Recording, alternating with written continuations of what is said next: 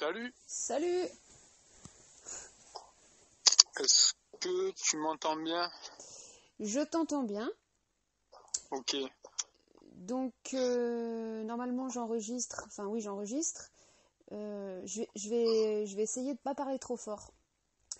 Parce que ce qui se passe, c'est que on m'entend beaucoup plus puisque je suis en avant-plan d'accord. que la personne qui parle de l'autre côté. Donc, faut que je puisse doser. Et puis après, sinon, si je décide de garder la bande audio, à la limite, je pourrais peut-être faire un peu des réglages. Mais bon, je vais essayer d'en faire le moins possible pour avoir moins de travail de montage, quoi. Ouais, ça marche. Bah, du coup, peut-être que moi, je parle plus fort.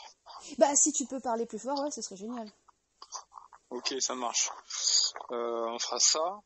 Et au niveau de l'enregistrement, est-ce que si je marche, parce que là, je me suis dit, je suis à l'extérieur, je vais faire une marche en même temps. Ouais. Est-ce que ça peut être dérangeant? Parce que je sais pas trop s'il y a du vent, il y a l'air de m'avoir un petit peu. Peut-être que c'est pas... Je trouve pas ça gênant. Et puis après, je me suis aussi aperçue que quand il y avait on va dire des parasitages au niveau de la bande son, ça forçait à l'écoute. C'est-à-dire que quand tu as du mal à entendre, bah du coup tu prêtes encore plus l'oreille. Ouais, Donc c'est intéressant aussi, tu vois. ok. Bon, ben on y va, puis on verra ce que ça donne. De toute façon, ça donnera ce qu'il faut. Oui. Et puis de toute façon, on fait d'abord ça pour échanger nos infos. Voilà, il n'y a pas Ouais. d'objectif forcément de rendu, on verra bien. Ouais, il y a du vent quand même, hein, chez moi. Bah, c'est moi qui ai froid. Bon, ok, on va voir ça. C'est pas très gênant, hein. Bah, J'ai du coup, c'est entendu bon. légèrement là du vent, mais c'est pas Ok, ça marche. ouf. Ok, ben on peut y aller du coup. C'est parti. Euh, Alors, comment on pourrait commencer? Ben, qu'est-ce qui t'a donné envie d'échanger du coup d'un coup? Eh ben, bah, c'est toute l'articulation. Attends, je vais parler moins fort. C'est l'articulation justement entre l'amour et l'intelligence, c'est-à-dire que comment allier les deux, euh, comment en fait aimer avec intelligence. Et donc c'est par rapport à tout ça que là il y a pas mal de trucs qui me sont venus. Alors je Ouais, pourrais par exemple faire une espèce de commencer à parler toute seule, mais j'ai pas envie. d'accord. Parce que là, le but, ce serait qu'on puisse... Alors, faut qu'on puisse trouver un moyen d'amorcer, puis après, on s'échange les trucs. Moi, dans mon intérêt personnel, c'est de pouvoir échanger avec toi pour... Moi, j'ai besoin de développer l'écoute, parce que je me suis suffisamment parlé à moi-même, et c'est aussi Ouais, mon problème. C'est-à-dire que là, je suis en famille, et je travaille là-dessus, parce que à chaque fois qu'il y a des événements familiaux et tout, je crée, en fait, un centre autour de moi. J'arrête pas de parler, du coup... tout tourne autour de moi et de ma parole et tout ça, et à un moment donné faut que je puisse évoluer parce que c'est pas bon. ouais, je connais. Mais le truc Je c'est connais, que c'est ben ouais. délicat parce que tu es quand même obligé de mettre une certaine direction, parce que quand il n'y a pas de direction dans des échanges, ça peut partir aussi ça peut pas forcément bien partir, mais C'est sûr. c'est dans...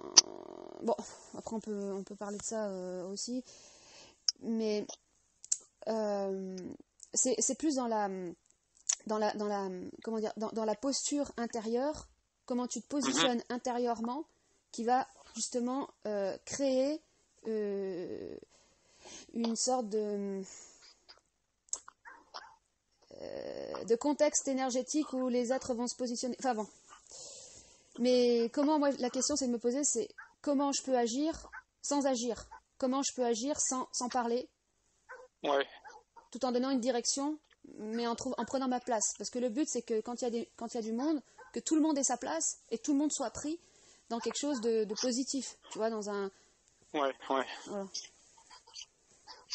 Ben il y a énormément à dire là-dessus déjà, parce que rien que ça peut faire un audio, ça peut faire une discussion, parce que c'est très très intéressant pour moi ce sujet-là, d'autant plus que c'est ce positionnement dont tu parles, c'est quelque chose que j'ai j'ai pu trouver ou que j'arrive maintenant à avoir depuis peu. Et depuis 2-3 jours là, il y a un truc qui s'est ouvert, il y a quelque chose qui s'est fait de mon côté qui me permet de toucher à cette présence intérieure là. Et on en a beaucoup parlé avec ma copine ces 2-3 derniers jours parce que je touche à un truc comme ça et ça me permet d'avoir une paix qui pour moi elle correspond à ce que tu cherches. La paix dans quel que soit l'environnement dans lequel tu es. Ouais. Tu es dans cet état de présence intérieure qui fait qu'en fait tu deviens ta direction. Voilà, exactement. Dans ta vidéo, du coup, t'as pas... Ouais, juste un truc. Du coup, t'as pas à chercher à donner une direction à l'environnement. C'est ça. Parce que en étant ta propre direction, là où tu es, tu donnes une direction. Exact. Ouais, c'est bien dit ça. Donc du coup, les gens qui sont autour de toi, parce que des personnes comme ça, des personnes qui sont dans cette espèce de présence là, elles ont une force magnétique dans le sens attractive parce qu'elles ont une grande vibration. Et ça elles émanent ce truc autour d'eux. C'est pour ça qu'on dit que les gens ont du charisme, quoi. Et ils sont une direction parce que les gens se tournent vers eux parce qu'ils ont du charisme. Ils se tournent vers une direction, donc vers la personne. Ils attendent que ce soit cette personne charismatique qui donne la note, qui soit le chef d'orchestre de la situation parce que eux, ils en sont pas capables. C'est ça.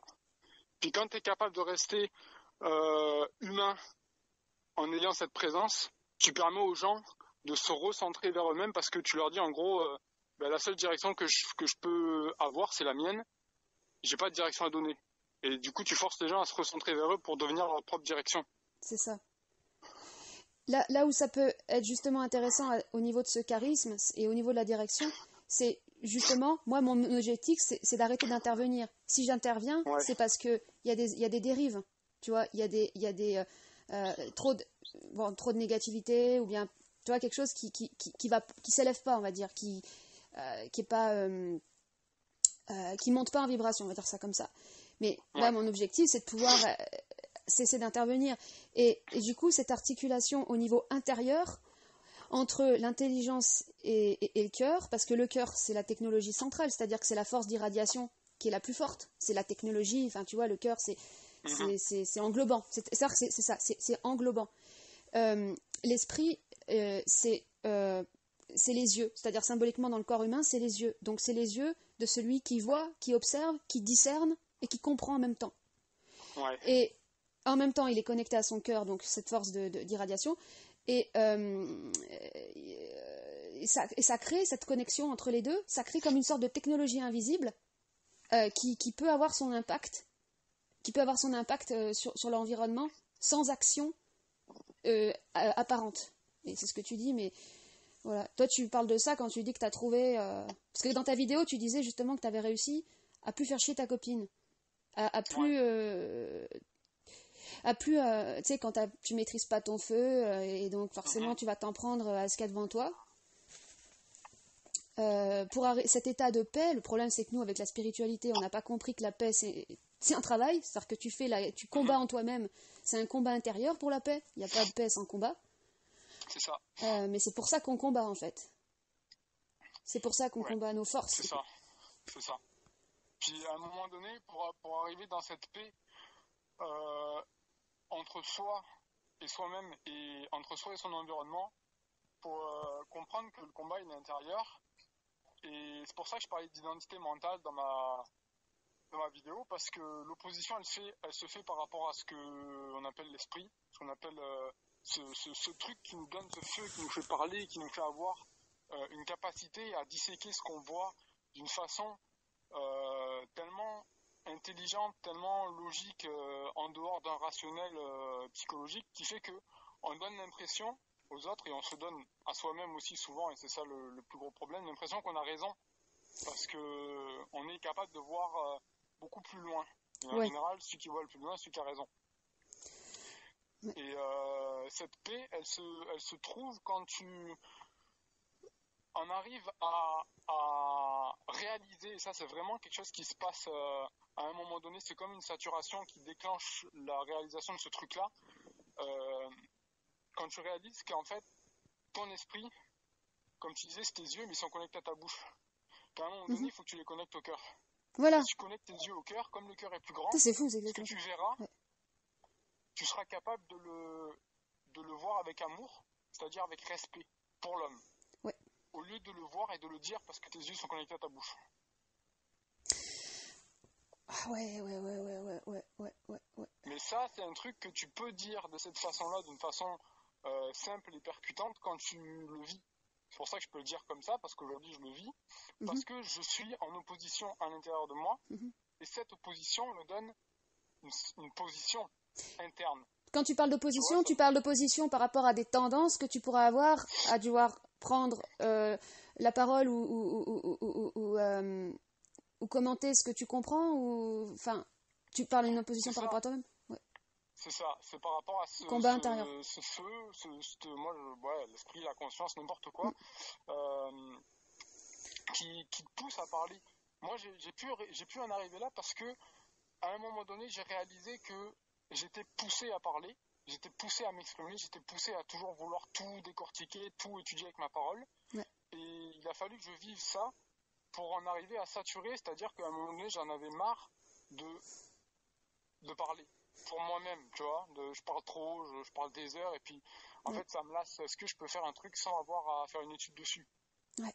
Et à force de faire ça, avec ma copine en plus qui a pas du tout le même fonctionnement, parce qu'elle est beaucoup plus dans le ressenti, donc du coup c'est elle aussi qui m'a appris à être dans mon ressenti et à savoir que des fois elle me dit moi, les trucs que tu dis, je pourrais à l'intérieur, c'est encore plus grand. Ouais, bah c'est ça le sujet. C'est ça le sujet. Voilà, c'est ça le sujet. Ouais. C'est là-dessus que je voulais en arriver. En fait, il y a un terme qui m'est revenu, c'est le mot ineffable.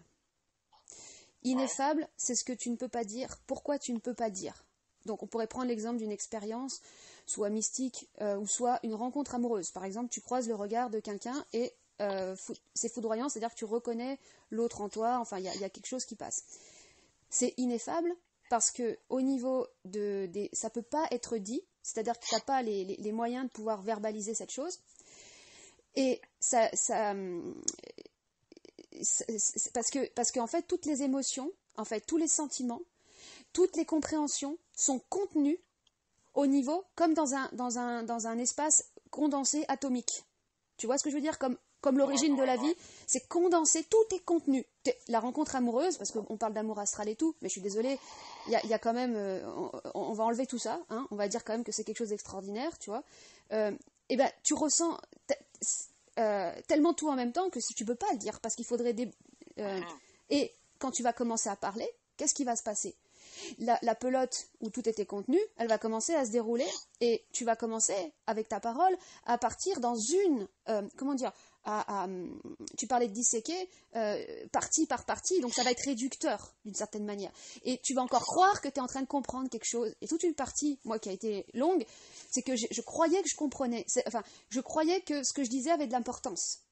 Ou me faisait avancer et tout. Et mon compagnon à l'époque, c'est pareil, qui était lui très dans le ressenti, dans un aspect très dans le cœur aussi, toujours dans le cœur, même trop, parce que quand j'ai rencontré, il était trop spirituel, donc il lui manquait du discernement, donc il se faisait abuser dans la vie, il se faisait avoir, donc il rencontrait que des personnes qui l'abusaient d'une certaine manière. Il voulait m'amener à ça, et moi je voulais pas, parce que moi je voulais comprendre. Et donc l'ineffable fait que tu vis des choses dans ta vie qui sont de l'ordre de l'ineffable, parce que c'est trop intense, comme par exemple une œuvre artistique. Ça exprime tellement d'émotions, de sentiments que tu ne peux pas le dire. D'ailleurs, quand tu sors d'un concert qui t'a transpercé, tu ne vas pas commenter. Tu vas te taire. Quand tu rencontres quelqu'un, que tu tombes amoureux, tu te tais. Tu n'as pas besoin de parler. Si tu as besoin de parler, c'est qu'il y a un souci. Et donc nous, on a vécu des choses comme ça. Parce que ça, c'est l'origine même. C'est l'atome. Enfin, c'est l'origine des choses les plus fortes qu'on a vécues. Et après, on a eu besoin de les comprendre. Parce que si l'ineffable, il n'est pas disséqué non plus, il y a une sorte de rétention, et par exemple, moi, mon premier amoureux, quand j'avais 15 ans, il répétait tout le temps que la parole est d'argent et que le silence est d'or, parce que lui, il n'y avait que la musique qui correspondait, si tu veux, à l'expression de cet ineffable. Et il ne supportait pas que les gens parlent. Et donc, moi, si je parlais avec lui, ça le mettait mal à l'aise, parce que pour lui, c'était réducteur. Mais c'est réducteur jusqu'à ce que tu comprennes que tu avais besoin de comprendre pour être intelligent, que tu n'as plus besoin de tout expliquer, parce que tu sais ce que tu sais. Et il y a Yannick qui disait, le savoir, c'est savoir. S''avoir, savoir soi-même. Ouais. Donc tu t'es toi-même, et là c'est bon. Là tu t'es toi-même, donc tu peux te taire. C'est ça. Et puis le problème avec la parole, c'est que on oublie que c'est un moyen d'expression. Donc pour comprendre quelque chose, c'est pas tant parler qu'il faut, mais c'est s'exprimer. Et on n'est pas obligé de s'exprimer qu'en parlant. Moi je fais du dessin. Hier j'ai fait un dessin qui avait une teneur vibratoire qui était tellement grande que ça m'a, comme tu as dit, choqué. Donc en fait il n'y avait pas de mots.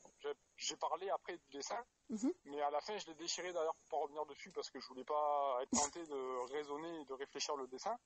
Mais je l'ai fait parce que ce qui m'est venu, j'avais pas les mots et il fallait quand même que je l'exprime d'une certaine façon. Donc ça m'est venu en image, j'ai fait un dessin et c'était un dessin vraiment d'enfant, tu vois, des bâtons, des flèches, des ronds, mais ça m'a dit un truc qui était très fort.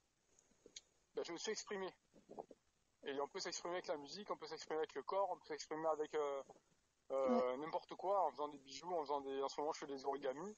Ben, ça m'apprend énormément de choses dans ma structure interne en fait. Parce que quand je me pose la question pourquoi je fais des origamis, je laisse tout de côté et puis après j'en fais ou j'en fais pas ou je fais autre chose. Quand la réponse me vient, ben c'est pas forcément des mots, mais il y a une compréhension qui se fait. Ouais.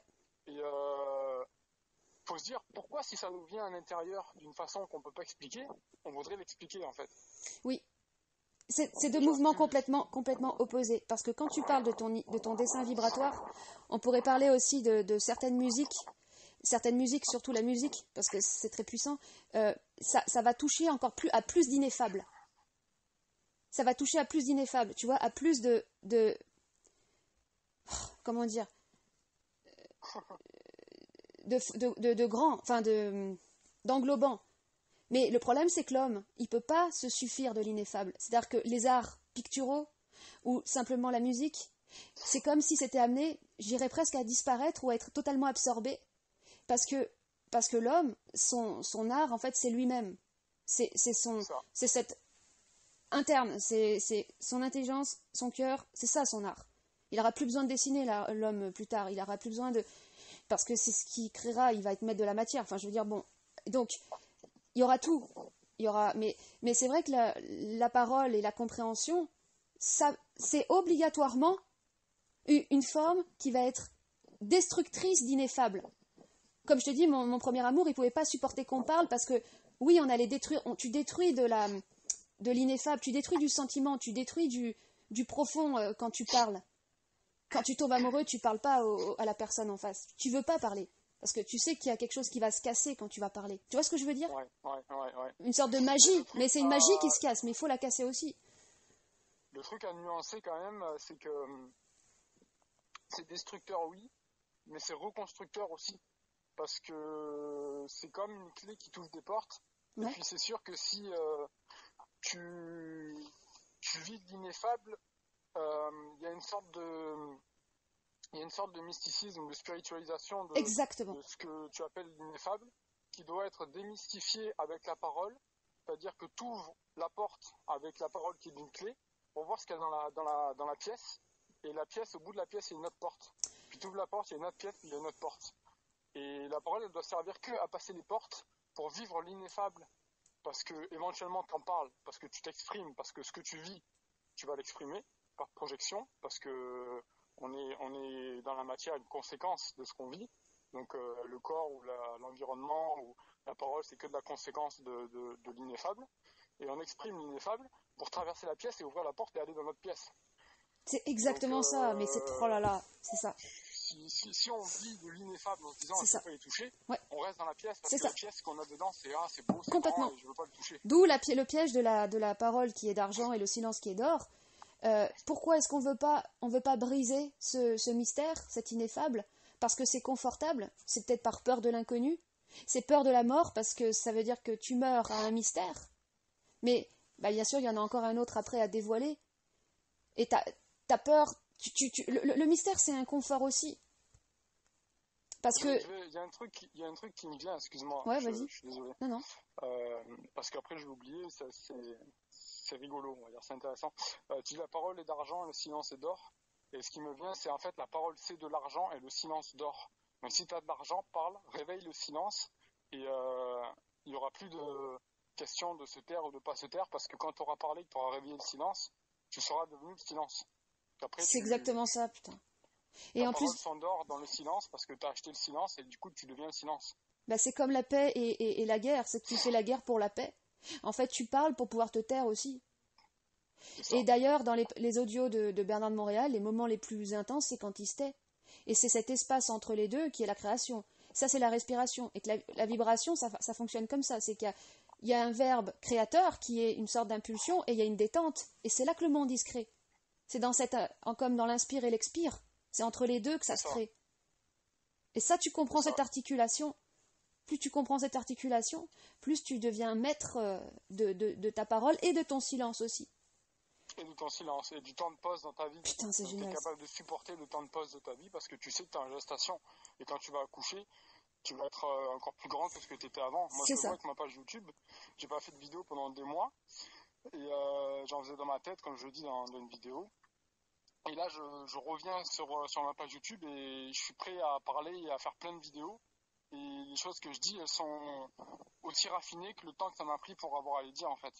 Parce que c'était en construction, c'était en gestation. Et maintenant, ma parole, elle a une autre tonalité, en fait. Et parce que tu as compris qu'il fallait se taire. Ouais. Parce que tu avais mis l'impulsion, on pourrait dire, l'opposé de la détente, ce serait quoi, tu sais, quand tu tires sur la corde. La contraction, puis la détente, ouais. Donc tu as mis une contraction, et après, au moment de la détente, c'est là qu'il y a le monde, en fait, qui se crée à l'intérieur, un nouveau monde qui se crée à l'intérieur de toi. Et là, pour pas qu'il y ait de mystère, eh ben, tu reparles et tu reperces le monde que tu as créé, bam, et comme ça, c'est ouf. Je crois que les femmes, elles peuvent comprendre ça plus facilement, parce que pour mettre au monde un enfant, il en faut des contractions. Ouais, je sais pas, j'en ai jamais eu. Enfin, si, j'en ai peut-être eu dans d'autres vies. Bah, parce qu'on s'enfante nous-mêmes maintenant. Parce qu'on a compris ce que ça voulait dire d'avoir des enfants. Ouais. Mais ouais, c'est ça. C'est un état d'être, en fait, la présence. Et c'est ça. Alors, attends, excuse-moi, je veux juste petit, parce que justement, quand on me parlait d'être maître de son silence, ça va, je trouve que c'est parfaitement d'actualité. Surtout, bon, voilà, j'ai suffisamment insisté sur la parole et sur la maîtrise du feu, tout ça. Et donc, après, tu deviens maître de ton silence. C'est toute la différence. Toujours une question de maîtrise, parce que le silence, c'est justement ce qu'on subit. C'est qu'on subit comme une chape de plomb. Quand on n'arrive pas à parler, parce qu'au début on n'arrive pas à parler, on a tous les implants, on a toutes les rigidités, on a tout la réflexion aussi qui en soi coupe le contact avec soi, avec tout ce qu'on veut. Et quand tu comprends que tous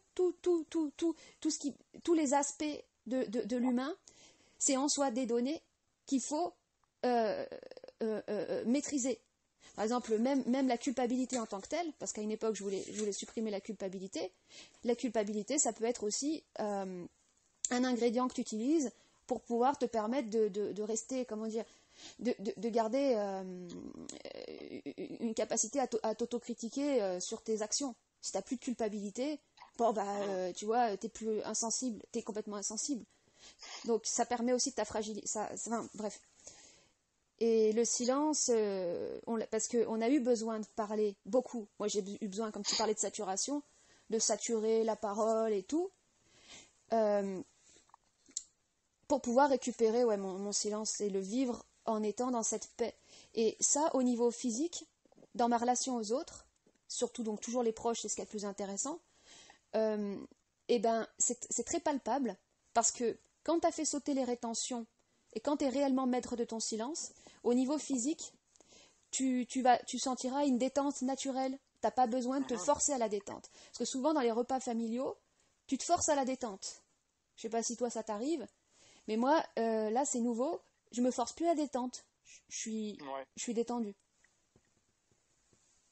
Ben ouais, moi, ça fait quelques temps, 2-3 jours, déjà que j'ai intégré, on va dire, ce que je commençais à vivre. Donc je peux en parler d'une façon un peu plus précise, mais oui, je comprends ce que tu dis de se forcer à la détente, parce qu'à un moment donné, tu te retiens parce qu'il y a tout qui te vient dans la bouche, et que d'essayer de pas tout cracher tout ce qui te vient, parce que dès que quelqu'un dit quelque chose, tu vois tellement de choses que tu as envie de parler. Mais le truc, c'est que ça engendre le bruit, et le bruit, ça permet pas c'est pas créatif, le bruit, parce que si on prend un exemple tout bête pour donner sa place au silence, on comprend à quel point le silence est créateur. C'est que dans une pièce avec quelqu'un qui prend une formation, un prof avec des élèves, par exemple, n'importe, pour que le prof parle, il faut que les élèves se taisent, dans le sens où il faut qu'il y ait du silence pour que la parole puisse se poser sur le silence. Alors, ouais. Et si tout le monde parle, ça fait du bruit. Et je vais te dire un truc. On n'entend plus ni l'un ni l'autre. J'ai compris par rapport à l'utilisation du silence, ça je l'avais compris justement en étant prof, que la forme la plus d'autorité, le rapport de force, en fait, si tu veux, le plus fort, c'est le silence. C'est le silence. Hein, l'espace que tu mets entre les mots, ça t'impose le silence et le respect dans une classe. Et là, j'ai repensé encore au film qu'un ami m'avait conseillé de regarder, là, Drive. Je sais pas si tu l'as vu, ce film. Non. Bon, c'est l'histoire d'un mec qui parle pas, hein, qui traite avec la mafia et qui fait des trucs de sang-froid. Il agit par sang-froid, il fait des actions... bon. Et dans le silence. Donc toutes les relations qu'il a avec les membres de la mafia, d'ailleurs c'est bien connu aussi dans la mafia, c'est beaucoup dans le regard, c'est des rapports de force au niveau psychique, mais qui passent justement dans la capacité d'une personne à tenir son silence et à en dire le moins possible.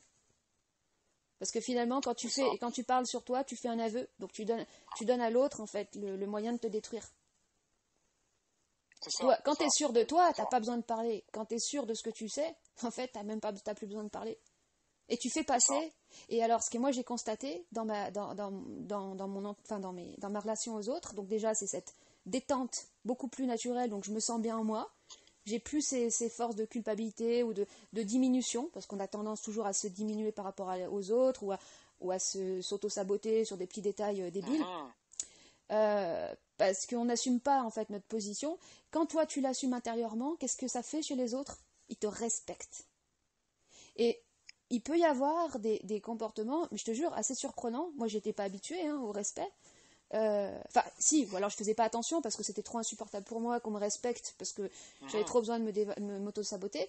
Et quand j'ai accepté le respect, je te jure, il y a certaines personnes qui pourraient se mettre à quatre pattes et te servir tout sur un plateau d'argent. Parce que les gens sont tellement dans une absence de direction, dans une absence de sens, que quand ils voient quelqu'un qui a du sens, c'est Dieu, limite, tu vois, c'est quelqu'un d'extraordinaire. Alors que t'as rien fait. Tu fais rien. C'est ce qui s'est passé avec le Christ, hein. C'est ça. Il était là, je suis le chemin, je suis la vérité, je suis la vie, c'est ça. Ah, c'est ça que ça veut dire. Okay. Je me connais, je m'habite et je sais où je vais parce que je sais qui je suis. Et puis t'as un troupeau de brebis qui fait quoi? Je suis parce que lui c'est où il va. Donc s'il sait où il va, c'est par là qu'il faut aller. C'est que ça doit bien aller quelque part. Quand il disait je suis le chemin, je suis la vie, je suis la vérité, c'était je suis dans le sens je suis ma vérité. Je suis mon propre chemin. Toi, ouais. C'est ça, soit ta vérité, soit ta vie, soit ton chemin. Puis t'as besoin de rien. C'est ça. Mais le souci aujourd'hui, c'est qu'on est boulimique. On est boulimique mentalement. On a une maladie, c'est vraiment une maladie, et c'est cette propension à se nourrir mentalement avec tout ce qui est à disposition, que ce soit de l'information sur YouTube, à la télé, des conférences, des développements, des formations, des ci, des ça. Et en fait, ça nous nourrit de bruit qui nous empêche d'entendre notre propre silence, donc de créer notre propre parole, notre propre identité, parce que ça commence dans le silence. Parce qu'en fait, le silence, c'est comme l'aspect yin de la parole qui est yang. Ah, ouais. Et si tu n'as pas de silence, tu peux pas exprimer c'est ça, silence. Mais c'est exactement ça. Parce que la parole, c'est l'expression du silence, et le silence, c'est la vie. Donc si tu veux parler la vie, écoute-la déjà. Ah, carrément. Entends ta vie qui pulse à l'intérieur, donc soit dans ton cœur, plus que dans ta tête ou dans ton esprit qui a des yeux pour voir et qui veut baver tout ce qu'il voit. Parce que ce qu'il voit, c'est la mise en forme de la pulsion qui est dans le cœur. Oui, il voit que les formes. Il voit ce qui se présente à lui au niveau formel, au niveau des apparences, mais il voit pas l'origine de la manifestation qui est dans le cœur. Ouais. C'est ça, c'est pour ça qu'on dit que parler, il faut pas croire ce que les gens disent, parce qu'ils créent des formes, Ouais. parce qu'ils sont dans l'esprit. C'est super, c'est intelligent, ils créent des formes qui sont super raffinées. Puis les gens ont tellement pas de raffinement dans leur esprit, parce qu'ils sont loin de leur esprit, qu'ils ils vont gober des formes, ils vont manger, donc ils deviennent boulimiques. Ouais. Et en fait, on oublie que l'esprit, c'est un générateur de formes. Mais il génère les formes sur la base des pulsions qu'il ressent. Donc, ce qui est intéressant, c'est pas ce qu'il dit, c'est ce qu'il ressent. Donc, en fait, il y a une étape où tu dois voir derrière les formes pour trouver l'esprit et devenir ton esprit et créer tes formes. Et une étape où tu dois voir derrière l'esprit qui crée les formes parce que tu captes le ressenti que capte l'esprit. Et là, l'esprit, tu commences à en avoir rien à foutre. Parce que tu as des formes qui viennent dans ta tête, puis tu dis, ouais, ben, je m'en fous. Parce que je suis dans le ressenti. Donc là, tu t'imposes à ton esprit d'avoir du respect pour toi, ce qui génère, comme tu as dit tout à l'heure, le respect des autres envers toi. Parce que tu respectes les gens, parce que tu restes humain, et tu dis à ton esprit, ben, toi, t'es un esprit, fais ton job d'esprit, crée des formes, génère des formes pour que je comprenne ma vie, et moi, je suis humain, je reste humain, et sur la base de ce que tu me donnes, si je ressens que c'est intéressant, je l'utilise, dans le sens, je te crois pas, mais je vais l'appliquer pour le vérifier. Ouais, je te crois pas, je sors les formes qui me sont projetées, qui me permettent d'entrer en fait, ces formes-là vont me permettre d'entrer en partage vibratoire ou de compréhension de personne à personne pour pouvoir partager quelque chose, mais moi, je vais faire passer autre chose. C'est ça, et j'oublie jamais, et ça, c'est vraiment, pour moi, en tout cas, une clé depuis 3 jours, j'oublie jamais l'autre. Dans le sens que, un exemple tout con, c'est ça qui m'a ouvert à cette clé-là. Ça m'a permis d'intégrer ce truc-là, c'était il y a 3 jours. Je faisais la vaisselle, et comme en ce moment, comme je dis dans la vidéo, ma copine a une fracture du pied, donc elle fait pas grand-chose, parce qu'il faut qu'elle se pose, donc c'est moi qui gère, et puis j'ai pas de problème avec ça. Et à chaque fois que je finis de faire la vaisselle, elle me dit merci. Bon, jusque-là, tout va bien, c'est normal, c'est du basique, mais c'est du rapport humain, tout va bien. Et je fais ma vaisselle, et je vois la scène, parce qu'en ce moment, la façon dont on me parle dans ma tête, c'est beaucoup par d'interfaces mentales et de la mise en scène, donc de l'imagerie mentale en fait. Et je vois la scène de moi qui suis en train de faire la vaisselle, qui finit de faire la vaisselle, alors que j'étais en train de la faire, et ma copine qui me dit merci. Et là, je me vois dans la scène en train de lui dire, tu sais, t'as pas à me dire merci à chaque fois, je fais la vaisselle, on sait que c'est moi qui veux faire la vaisselle parce que t'as fracture et tout, c'est bon, tu vois. Tu t'es retenu de le dire. Ben, c'est même pas ça, c'est plus fort que ça. Ouais. Et c'est ça qui m'a permis d'intégrer cette clé-là. C'est pour ça que je dis c'est une clé, parce que ça, je le comprenais avant. Je comprenais que oui, bon, ben ok, elle va me dire merci, et puis elle me dit merci parce qu'il y a de la gêne, parce qu'il y a ci, parce que... oui, oui, d'accord, j'ai compris que tu avais toutes les infos, d'accord, ok. Même si ça restait dans ma tête, c'était l'esprit, ce que tu disais tout à l'heure, les yeux, et puis j'arrivais à contrôler suffisamment la bouche, pour que ça arrive pas jusqu'à la bouche et que ça sorte de la bouche. Que ça sorte pas de la bouche, mais que tu le récupères pas comme une sorte de rétention d'un non-dit. Parce que quand c'est un non-dit, après, qu'est-ce que ça se fait? C'est que ça grossit comme un barrage et à un moment donné, ça pète et tu sais pas pourquoi tu t'engueules. Ben, en fait, c'était ça. Donc, c'est exactement là où je veux en venir. Ouais. Parce que ce que ça m'a fait comprendre, et j'en ai parlé à ma copine, je lui ai dit, tu vois, je me suis posé, je lui ai dit, tu vois, là, ce qui se passe dans ma tête, c'est ça. Et ça vient me dire que je dois te dire, en gros, me dis pas merci, c'est pas la peine, machin, on a compris, ta gêne et tout ça. Sauf que, ce que j'ai compris, pardon pour les voitures, ce que j'ai compris à ce moment-là, c'est que ça m'a allumé, hein, ça m'a réveillé, et ça m'a fait me mettre en colère instantanément dans ma tête. D'accord. C'est que ça me dictait comment je devais être en relation avec ma copine. Donc, comment elle devait être en relation avec moi. Parce que si je lui dis t'as pas à me dire merci, je lui dis comment elle devait être en relation avec moi. C'était des suggestions, surtout, c'était ton esprit qui te... En fait, toi, t'étais pas fasciné, mais t'étais comme hypnotisé par la compréhension qui te venait, et tu t'en oublies toi-même, tu en oublies ta relation de cœur avec ta copine, qui est de toute façon primordiale, qui est première dans ta relation à elle. C'est pas ton esprit qui est primordial. On s'en fout dans un couple d'avoir deux personnes intelligentes. On est là pour qu'il y ait deux personnes qui s'aiment. C'est ça. Et le truc qui se passe, c'est que du coup, si tu t'opposes pas à ça, ouais. Mentalement, donc si t'as pas suffisamment d'identité pour t'opposer à ton esprit qui va te balancer des formes qui vont devenir une dictature dans la matière, c'est-à-dire que ton esprit est capable de tellement te servir des formes intelligentes que tu vas être sous la dictature de l'intelligence de ton esprit qui va te dire comment vivre ta vie au niveau humain, jusque à te dire comment vivre entre les autres humains et comment les autres humains devraient la vivre avec toi. Et là, si t'es pas en opposition avec ton esprit, Mhm. tu deviens complice de ton esprit. Mhm. Et si t'es complice de ton esprit, t'es contre l'homme. Oh Et putain. ça m'est venu, et je le dis avec des guillemets, mais je n'en mets pas en fait, parce que c'est pour moi, Ouais. à mon niveau, Mm. faut pas me croire, mais c'est Ouais. en tout cas pour moi la Ouais. première, je dirais, loi Oui. que je compris au niveau de l'esprit Ouais. et au niveau de la domination de l'esprit sur l'homme, c'est que Ouais. si t'es pas complice de l'homme, t'es complice de l'esprit. Ouais. Si t'es complice de l'esprit, t'es contre l'homme. Ouais, complètement. Eh ben écoute, tu vois, ça c'est le drame de Nietzsche, qui n'avait pas les moyens de comprendre ce qui lui arrivait. Euh, cette force, parce que le problème de la colère, parce que quand tu parlais d'identité dans ta vidéo, en soi, on pourrait dire que la création de l'identité de l'individu, c'est sa capacité, en fait, à se mettre en colère contre son propre esprit.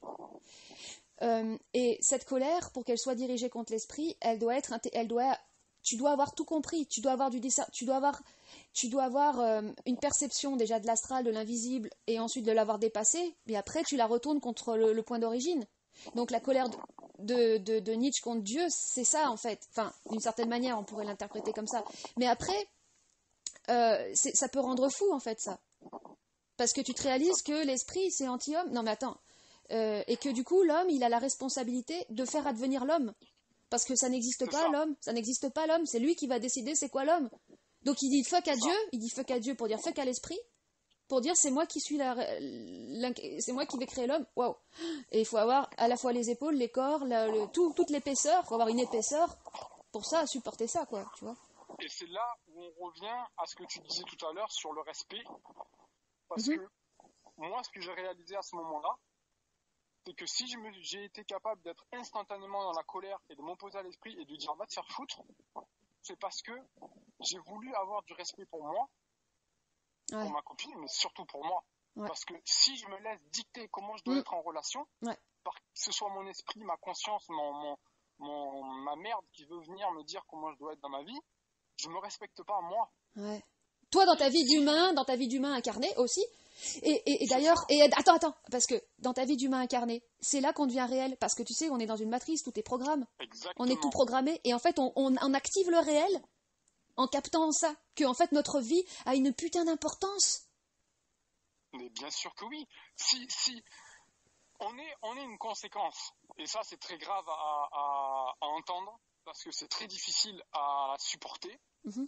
Mais ça peut être dit parce que ça devient difficile à supporter quand c'est en train d'être réalisé par les gens. Moi, je suis en train de le réaliser. Ce matin, ça m'a fait pleurer parce que je me suis endormi avec tout ce qu'on dit dans la tête. Je me suis réveillé avec tout ce qu'on dit dans la tête et ça a travaillé toute la nuit. Et ce matin, c'est sorti et ma copine était là et c'était dur pour elle. Elle m'a demandé d'arrêter à un moment donné. Et j'ai repris après d'une autre façon, mais parce qu'elle voulait quand même que je puisse m'exprimer. Mais on est une conséquence. C'est-à-dire que ce soit le corps physique, que ce soit l'environnement, que ce soit la planète, que ce soit notre parole, que ce soit nos émotions, c'est une conséquence de l'organisation énergétique qui se vit au niveau mental. Donc la présence, elle se situe dans le mental. Et l'expression de cette présence, ça devient physique, ça devient tout ce qu'on connaît. Physique. D'où le cœur. La personnalité, c'est une conséquence de l'organisation énergétique de notre mental. D'où le cœur. Et avoir du respect pour soi, c'est imposer que la conséquence matérielle, qu'on pourrait appeler l'ego, est supérieure à l'origine, soit respectée par ceux qui l'engendrent. Que tu peux pas me créer avec un bras et puis venir me faire culpabiliser ou me sentir moindre parce que j'ai qu'un bras et que les autres en ont deux. Parce que ce qui est normal, c'est d'avoir un bras. Parce que ce qui est normal, c'est ce que je vis moi. Parce que j'ai été créé normalement par rapport à qui je suis. T'es la représentation dans ton corps parfaite de la projection originelle mentale de ce que toi tu voulais créer. Ouais. Tout est parfait en fait. C'est-à-dire que, en fait, c'est ça. Si tu vois encore des trucs en toi, au niveau de ta constitution, de tout, tu trouves imparfait, va voir parce qu'en fait c'est parfait. C'est parfait dans deux sens parce que c'est en perfectionnement. Moi j'aime bien dire que c'est plus en perfectionnement que parfait, mais c'est parfait dans le sens que au début tu vas te dire moi je suis amputé, donc en fait je suis pas normal.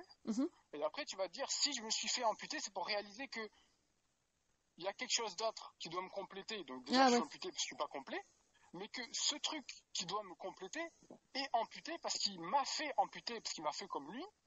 Dieu crée l'homme à son Ah image, ouais, mais d'accord. l'homme crée Dieu à son image parce qu'il lui dit respecte-moi dans la forme amputée que j'ai, parce que c'est la tienne. Donc va te faire foutre avec ton amputation. Moi j'ai qu'un bras, mais c'est parce que toi t'as qu'un œil. Donc ouvre les deux yeux et puis tu vois, je serai capable de bien faire les choses avec deux mains. Ouais, ouvre les Et deux là, yeux, et puis au et moment là où l'homme il ouvre les deux yeux, il y a plus de Dieu. Il y a plus Dieu, des yeux et des dieux, il y en a plus. ben, il n'y a plus de Dieu. Il n'y a plus de Dieu. Dieu, c'est. Tu peux dire je suis Dieu, parce que tu es ton propre Dieu. Et comment un autre truc aussi qui correspond tout à fait à ça, Mhm. pour enrayer beaucoup de choses au niveau de la pensée et tout ça, au niveau de la croyance, c'est horrible de croire vraiment, mais moi je dis ça, je le comprends jusque là où je peux le comprendre, mais comment tu veux croire quelque chose qui se croit pas lui-même? Parce que tu prends le concept de Dieu. Dieu, il se sait. Si Dieu se sait, il Ouais, se croit pas en lui. ouais. Mais Et comment ce tu veux croire savoir, à un ouais, truc qui croit pas en lui? ouais, mais bon, ce savoir, c'est déjà l'émergence de la conscience. La conscience, c'est forcément qu'il y a eu une diffraction, parce que quand tu vis une expérience, par exemple, on pourrait dire mystique, il n'y a plus de séparation entre toi et l'objet du. Il n'y a plus de quelqu'un qui se sait. Il n'y a pas quelqu'un qui sait. Il y a plus de limite, il n'y a plus rien. Parce que le nirvana, ces trucs-là, on s'en fout des mots. Mais en fait, et c'est ça le problème, c'est qu'il faut justement qu'il y ait une prise de conscience, donc qu'il y ait une séparation, et que pour ce savoir, il y a forcément un double. Enfin, je veux dire, il y a forcément. L'origine, c'est un atome qui se sépare en deux. Donc il y a forcément une. Tu te sais, tu as conscience de toi-même. Il y a un deux. Tu vois? Je sais pas si Mhm. tu vois ce que je veux dire. Je vois, Euh, je comprends. et le Je non comprends parce manifesté, il qu'aujourd'hui, peut pas se savoir. Le non manifesté, il peut pas se savoir. Il a pas de fragment. Il a pas de. C'est la fragmentation qui amène le fait de se savoir et donc de se réaliser. Le réel, c'est c'est de se savoir. Donc, tu as conscience de toi-même quand même. Jusqu'à ce on que tu pourrait vas dire redevenir, en que fait, ce que. T'auras plus besoin de quand te tu dis savoir ça, non plus, mais. Faut te savoir. quand tu dis ça, ça me vient en image, tu vois ce que tu dis. Et si on met le mot origine, le mot source sur ce que tu appelles le non manifesté, ça se sait. Et dès que ça veut euh, manifester sa propre conscience du fait que ça se sait, ou le fait de se savoir, ça s'exprime. Et l'expression, c'est une expulsion. Mhm. C'est euh, exprimer, c'est mettre en dehors de soi Mhm. pour pouvoir observer. Donc Bah pour oui. être observateur, il ne faut pas être dedans. Si tu es dans une expérience, tu es pris, tu ne peux pas l'observer. Si Et tu ouais. observes, c'est que tu n'es pas dedans. Mm. Et du coup, forcément, plus tu vas t'exprimer pour parler, pour dire moi je sais ci, moi Mhm. je sais ça, ou pour parler de choses, plus tu Tu vas t'éloignes. t'expulser de toi-même. Tu t'expulses, tu t'éloignes. Ouais. Tu te perds. Donc Ouais. forcément, si tu t'expulses, tu t'éloignes de toi, tu te perds. Ouais. Donc Complètement. ça Ça donne rejoint d'ailleurs ce que dit l'effet le du labyrinthe silence. aussi. Le Mais labyrinthe, bien sûr, quand tu es encore en recherche, quand tu crois comprendre, tu es dans un labyrinthe. Et tu cherches la sortie. Et c'est tu ça, crois qu'en continuant de chercher, tu vas la trouver. Alors qu'en fait, tu t'éloignes encore plus de la sortie parce que la sortie, c'est à l'intérieur, c'est à l'intérieur.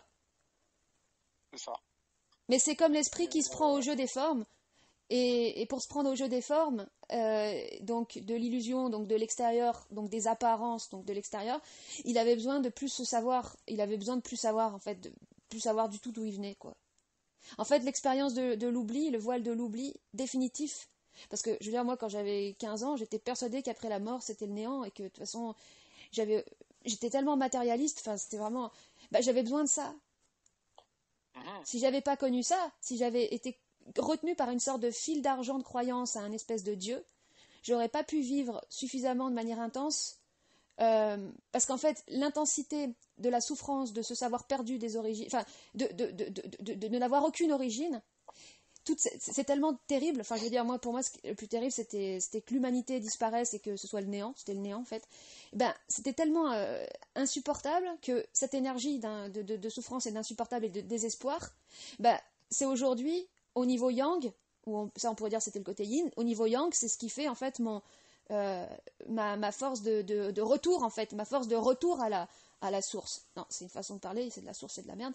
Mais à mon centre, à mon contact, à mon centre. c'est ça. Puis tu peux te sentir où on peut parler de complémentarité quand on arrive à impulser le yang dans le yin, à exprimer le yin dans le yang, ou à travers l'un, à travers l'autre, parce que tu le disais bien, là, c'est quand tu es dans ton ressenti, tu vas l'exprimer, parce que tu vas être revenu à toi, dans la contraction, dans la gestation, comme on parlait. Et ce que tu vas exprimer, c'est pas du yang, c'est du yin. Mais le yang, il sert de support pour exprimer ce que tu vis à l'intérieur. C'est ça. Et quand tu es à l'intérieur, finalement, tu te parles à l'intérieur parce que tu es dans l'observation et tu te dis, bon, je fais quoi? Pourquoi je vis ça? Je suis triste, je suis pas triste. Comme des fois, le fait de pleurer, de t'observer, tu dis ça dans ta vidéo avec David. Et c'est exactement ça. C'est ce dont parlaient les alchimistes quand tu parlais du laboratoire. Il y a le labor et après, il y a l'oratoire. Mais en fait, quand tu es dans le labor, tu es en oratoire avec toi-même, tu te parles à toi-même. Et quand tu es dans ton oratoire, tu peux que dire ce que tu as vécu. Donc, tu dis que ce qui est. Il n'y a plus de parlotte, en fait. Ouais, mais la parlotte en soi, c'est une énergie qui s'est perdue parce que le yin et le yang, tout le travail, c'est comme si nous, on était d'un côté noir et blanc. On arrive dans le monde, cette fragmentation, on a l'aspect noir et blanc, et on travaille, on se prend des coups et tout, progressivement, le noir et blanc, il se rapproche, jusqu'à s'interpénétrer, et après tu comprends que ça c'est une technologie, en fait, interne. Et tu l'utilises dans tous les aspects de ta vie. Parce qu'en soi, la souffrance, ou par exemple les pleurs, ou la tristesse, ou la mélancolie, ça va pas être un truc que tu vas te dire, oula, je suis dans l'astral, ou je sais pas, où tu étais maintenant, tu dis, oh putain, ça fait partie d'une polarité qui va servir de balancement, comme il parle dans le supramental de balancer les corps. Ça veut dire ça, balancer les corps. Ça veut dire que tu balances ton blanc, tu sais, parce que ton blanc et ton noir, ils sont connectés. Et tu sais que tout ce que tu vas traverser, tout ce que tu vas vivre, même quand c'est de la souffrance, même quand c'est des énergies désagréables, ça va servir de balancement pour l'autre, pour l'opposé, quoi. Comme force de création, pour t'amener à être plus réel, parce que en soi, le plus grand, le danger, la mort, c'est comme on voit quand on regarde des films où tu vois, t'as l'onde, dans les hôpitaux, t'as un malade qui est branché, puis tu vois l'onde, puis à un moment donné, il est mort, donc là c'est tout plat. Et ben la mort, c'est la platitude, donc c'est un noir et un blanc, et c'est plat. Il n'y a pas le balancement, il n'y a pas le rapprochement et la technologie yin-yang. Et c'est ça le danger de la spiritualité, ou même des pratiques plus d'autodestruction, de trucs comme ça, c'est que l'individu n'a pas compris ça au niveau interne. Le danger, c'est de faire attention. Ouais. Le confort, de toute façon, le confort, de toute façon, et par confort, tu préféreras toujours la lumière. Tu préféreras toujours le bien-être, le bien. T'as pas compris que ça marchait pas comme ça. Le réel, c'est pas ça. Parce que, pour le dire facilement, le faire attention, c'est l'âme qui fait attention, l'esprit, il est attentif. Il a de l'attention, ou il est dans l'attention. Mais il fait pas attention. T'as pas à faire attention à quoi que ce soit. Si t'es attentif, tu vois tout, tu sais. Tu sais, t'as pas à faire attention à quoi que ce soit, puis tu sais ce qui est bon, ce qui est pas bon. Il y a rien qui est bon et qui est pas bon, parce que ce qui est pas bon, ça te permet de savoir ce qui est bon. Et ce qui est bon, ça te permet de supporter à vivre ce qui est pas bon, parce que tu sais que c'est bon, parce que tu sais que c'est ça que t'as à vivre pour comprendre ce qui est bon. Donc il y a rien qui est pas bon. Et du coup, t'es attentif, et c'est ça de la présence. C'est l'observation depuis ton espace mental, parce que tu sais que ce que tu vois dans le physique, c'est la conséquence de l'organisation de l'énergie mentale. Donc comment tu veux comprendre ce que tu vois dans le physique si tu l'observes pas dans son organisation énergétique? Tu peux pas. Et se comprendre au niveau de sa programmation, au niveau de ces problèmes de vie qui sont de la jalousie, qui sont l'émotivité, qui sont tous ces trucs-là, les maladies, la boulimie, les trucs et tout, se comprendre au niveau de sa psychologie, qui est la conséquence de l'organisation de l'énergie psychique, donc la construction physique de ce qu'on appelle le psychisme, sa psychologie. Ça passe par l'observation mentale, et ça passe par l'intégration de cette énergie qui va se matérialiser, donc devenir une conséquence dans la matière. Ça passe par l'intégration, ou la capacité à supporter d'être traversée par cette énergie avant qu'elle soit mise en forme, et qu'elle est pure, elle est brute. Et on y met de la couleur parce qu'on est difficilement capable de supporter la pureté de cette énergie-là, et quand on le vit et qu'on intègre quelque chose, on le vit que c'est dur. on dit que c'est souffrant. Et tout à l'heure, tu parlais d'épaisseur. Mm. Et c'est la première chose que j'ai dit ce matin en me levant. J'étais encore dans le lit derrière avec ma copine. J'ai dit, j'ai l'impression que je suis pas assez épais Ouais. pour C'est souvent cette récupérer impression. Ouais. C'est ça. Mais tu vois comme une image, autre dimension. tu vois comme image, par exemple tu penses à Bernard de Montréal, bon, ça donne un support. Souvent, enfin quand je suis en équilibre vis-à-vis de mon observation, mon esprit qui observe, mon ressenti et mon ancrage, j'ai comme la sensation de me, comme si j'étais un cheval, si tu veux, et que et j'étais mon cavalier. Mhm. Le cavalier de moi-même, tu vois. Quand tu vois Bernard, tu vois comment il se tient. En fait, il chevauche tout. Il chevauche son esprit, il chevauche son cœur, il décide, il est comme un DJ. Un DJ qui se chevauche et qui décide à quel moment il va mettre plus de ça, plus de ça, plus de ça. Mais il peut pas trop aller. Quand il y a la vidéo que j'ai mis où il pleure, il se laisse à un moment donné. Il se laisse traverser et il pleure. Et il dit maintenant ça suffit. Parce que si je me laisse trop aller à cette conscience morantielle, je vais déverser un torrent de larmes. Et qu'est-ce qui va se passer? Je le sais, mon esprit, là, c'est mon esprit qui m'informe de ça. Il dit ça va s'en aller en France. Ça veut dire quoi? Ça va être utilisé comme matériel pour faire du fanatisme, pour faire de l'adoration. Donc il le sait. Donc il dit maintenant ça suffit.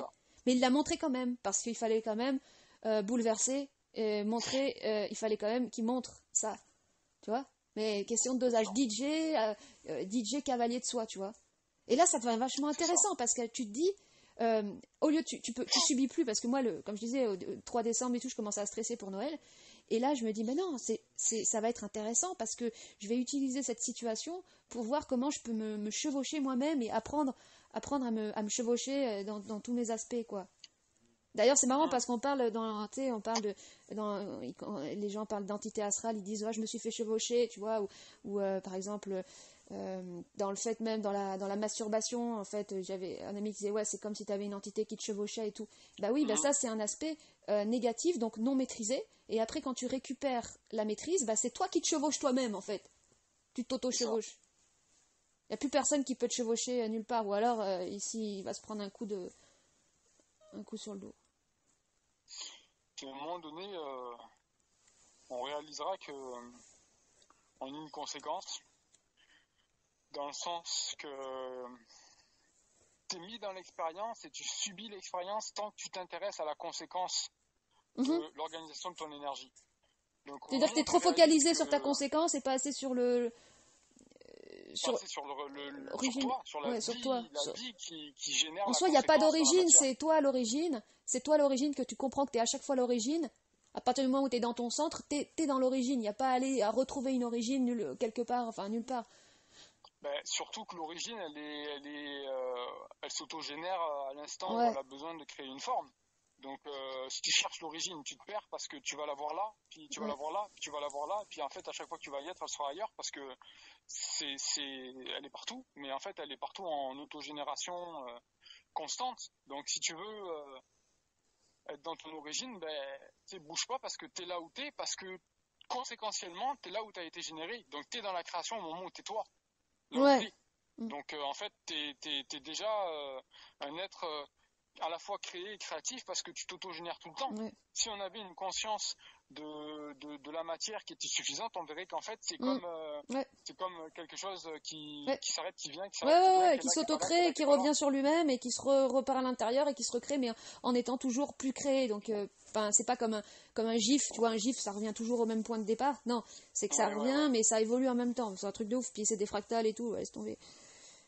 Ça peut donner c'est ça qui fait qu'à un moment donné. C'est ça qu'il faut qu'à un moment donné, il faut que l'ego, c'est là qu'à ce moment donné, quand toi, tu as compris ça, c'est-à-dire que tu as compris cet infini, cette création, ce point d'origine, ces perceptions-là, ça peut participer aussi d'une expérience mystique, un truc que tu mets, par exemple, 10 ans à te remettre, tellement que c'était... C'est exactement ça. Tu vois ce que je veux dire? Et là, c'est là que l'ego, c'est là qu'à un moment d'ego, l'ego, il revient. Maintenant, j'ai décidé que c'était limité.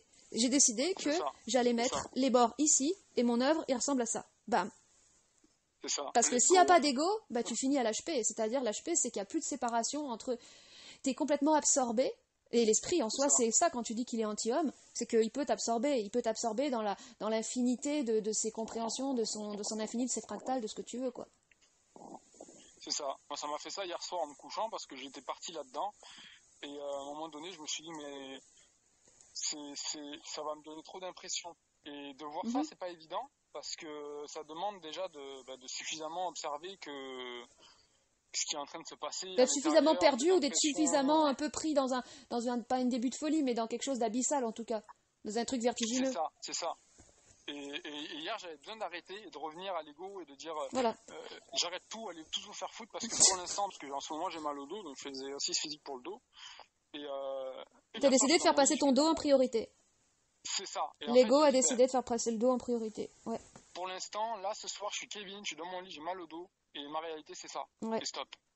Et ça, c'est quand même revenu un peu plus fort, mais le fait d'avoir pu faire ça et de voir que ça revient, ça m'a permis de voir que ce qui revient, quand même, c'est ça. Mais du coup, je sais que ce que moi je suis, c'est ça aussi.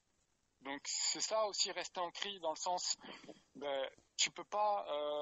Mais c'est ça l'identité, parce que justement c'est par cette force d'opposition où c'est toi qui mets la priorité. J'ai décidé que j'étais Kevin, que j'ai mal au dos, je m'occupais de mon dos, paf. Voilà, l'identité c'est dans ce rapport de force avec, on t'ouvre les portes, on pourrait dire les portes de l'univers, les portes de l'infini, les portes des dieux, la clé de connaissance des dieux, tout ce que tu veux, et toi tu dis non, j'ai mal au dos, je m'occupais de mon dos. C'est ça, tu sais, l'autre fois, il y a une amie qui me parlait d'extraterrestres parce qu'apparemment il y a eu des révélations. Ouais, j'ai un ami qui m'a envoyé un truc sur les Arthuriens et tout aussi là. Bon, voilà, et puis moi je dis c'est dangereux parce que les gens qui ont des grands statuts, qui sont reconnus, qui sont présidents, qui sont il y a des psychologues à qui ça arrive aussi, d'avoir de l'information. C'est de l'information, c'est parce que t'as un certain contact qui a été décidé pas par la personne qui l'a, mais par ceux qui engendrent sur les plans ce contact-là. Ouais. Et c'est dangereux parce que ce que ça va générer, c'est un effet de décentrage pour les gens. Ouais. Parce que aller savoir si les extraterrestres sont là, s'ils existent pas, qu'est-ce que c'est, ce qu'ils nous veulent du bien, du mal. Tu passes à côté de ton vrai boulot déjà, premièrement, de ton vrai travail. C'est ça, parce que ça descend de toi. Et puis moi, je dis, je suis pas intéressé de savoir si les extraterrestres sont là, s'ils me veulent du bien, du mal. Puis à la limite, si c'est cuire un steak. Parce que j'ai mal au dos et je dois m'occuper de mon dos. Voilà. Ou si c'est un bon masseur, tu sais, il vient dans ma chambre et puis il me fait un massage. Non mais attends, s'il te fait faire un massage, tu lui fais signer une charte avant, c'est toi qui fais le contrat.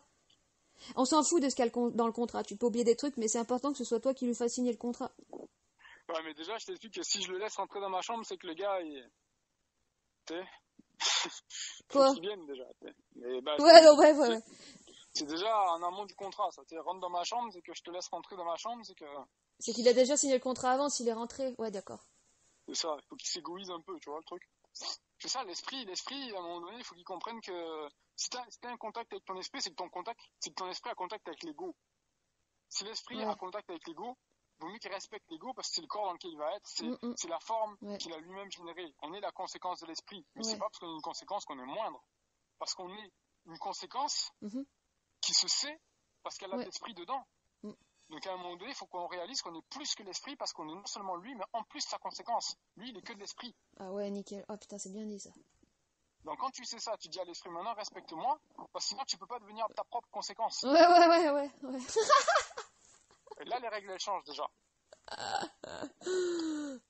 Parce qu'on est le support d'expression de l'esprit, donc il est bien marrant de vouloir s'exprimer. Bon, maintenant, il faut aller jusqu'au bout. Maintenant, il va falloir qu'il écoute sa conséquence limitée, là, et puis... Ouais. Et c'est à ce moment-là que tu crées ton identité avec ce qui a été appelé un rapport de force. Mais le rapport de force, pour moi, il existe, pour moi personnellement, depuis 2-3 jours.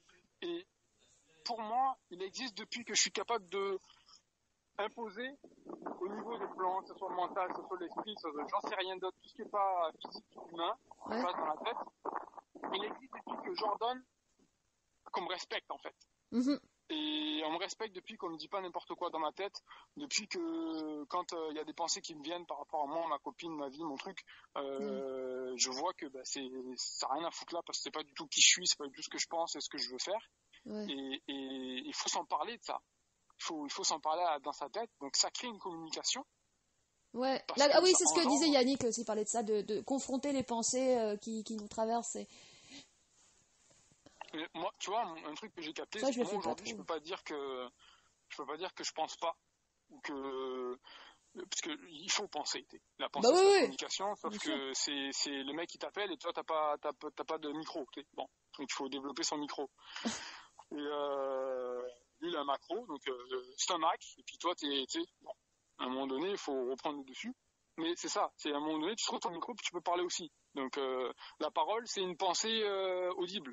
Ouais. Et la pensée, c'est une parole inaudible. Mais toi, tu l'entends. Tu vas croire un truc que... Dis-toi ce que la pensée te dit, et puis vois si tu trouves ça correct. Oui. Si c'est toi qui te le dis à toi, est-ce que tu vas faire ce que tu te dis? Oui, et puis après, il y a aussi, tu parlais de l'inégalité, mais la pensée, c'est une parole silencieuse. Et à partir du moment où tu parles, c'est pour ça qu'il y a tellement de difficultés à parler, tellement d'implants, parce que c'est l'arme fatale, la parole. Parce que toi, quand tu parles, t'es dans ton corps de chair. T'as ta vibration, la vibration, c'est de la matière. Et avec ça, tu peux à la fois créer et détruire. Donc avec ta parole, tu peux confronter ta pensée. Attends, c'est quoi cette pensée silencieuse qui me traverse? Parce que nous, on n'y fait pas gaffe parce qu'on est dans le silence. Au début, avant de récupérer la maîtrise de notre silence, on est dans le silence parce qu'on se tait. Donc, comme on se tait, on est hypnotisé par les pensées et on n'y prête plus attention. Ça fait partie du paysage mental. Et puis, au jour où tu te réveilles et tu commences à parler avec tes pensées, bah déjà, ça crée une espèce de bordel intérieur parce que ça démystifie,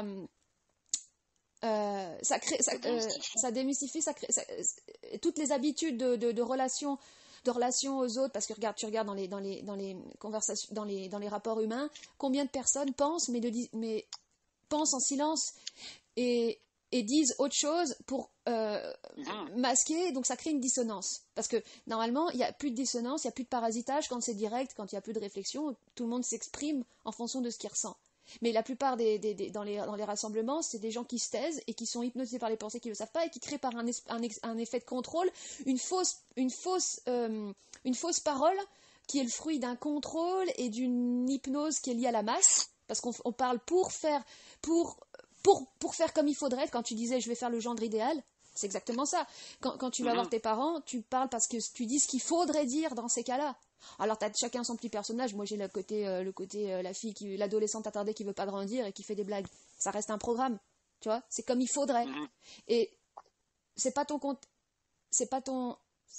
contact parce que ce qui t'empêche avec ce contact direct, c'est justement ces pensées qui sont restées en suspens, ces paroles inaudibles, ces paroles silencieuses qui créent une sorte de couche de voilage de merde qui te coupe ton canal en fait. Et tant que tu les as pas confrontés, ces pensées, ces machins, et bah t'es recouvert sous la couche de merde et tu parles comme un robot qui réagit aux stimuli, au programme et qui se comporte comme un robot en fonction des stimuli qu'on lui envoie. Voilà. Puis je dirais qu'avant de vouloir toucher à une parole qui est créative, oui, faudrait se dire quelque chose qui peut déjà calmer cette idée-là parce que ça va enlever un peu de poids dans la tête des gens, dans l'esprit des gens. C'est que la parole, avant d'être créative, elle est régénérative. Donc dire ça peut emmener à dire que la pensée est dégénérative. Ouais, la pensée, ouais, d'accord. Et la pensée vient d'ailleurs, donc ça fait dégénérer l'homme. Mais la parole, certes, elle vient d'ailleurs aussi, mais elle est utilisable par l'homme avec sa volonté. Que penser, c'est un autre... Avec sa volonté, bien sûr, parce que pour parler déjà... Tu remarqueras les intellectuels, par exemple, qui écrivent des bouquins, donc ils sont tout le temps dans la pensée, et puis dans l'écrit, quand tu es dans l'écrit, comme je te disais, l'écrit, c'est comme l'écrit que tu cries pas, mais que tu mets à l'écrit. Tu t'empêches de crier, donc tu écris. Et les intellectuels qui vont sur des plateaux télé et qui vont dans l'oratoire, souvent c'est des personnes qui vont avoir souvent qui peuvent être dans la colère parce qu'ils vont je pense par exemple Michel Onfray, il est tout le temps dans la colère, mais bon, il n'a pas compris, il comprend pas tout parce qu'il n'a pas accès à l'occulte, mais donc il est un peu comme un artiste brut ou un naïf parce qu'il n'a pas accès à tout ça, mais il le vit sincèrement. Il a besoin d'aller sur les plateaux télé pour se mettre en colère, pour pouvoir équilibrer par son feu et son verbe ce que toutes ces masses de bouquins et d'écrits ne lui permettent pas de faire. C'est ça. Mais par contre, il est addict à ça, il le sait pas, et donc comme il comprend pas tout, il comprend pas ce qui lui arrive, il est addict, il faut toujours qu'il retourne sur les plateaux, puis il faut toujours qu'il se remette en colère. C'est ça. Parce qu'il n'est pas capable d'être son propre plateau télé.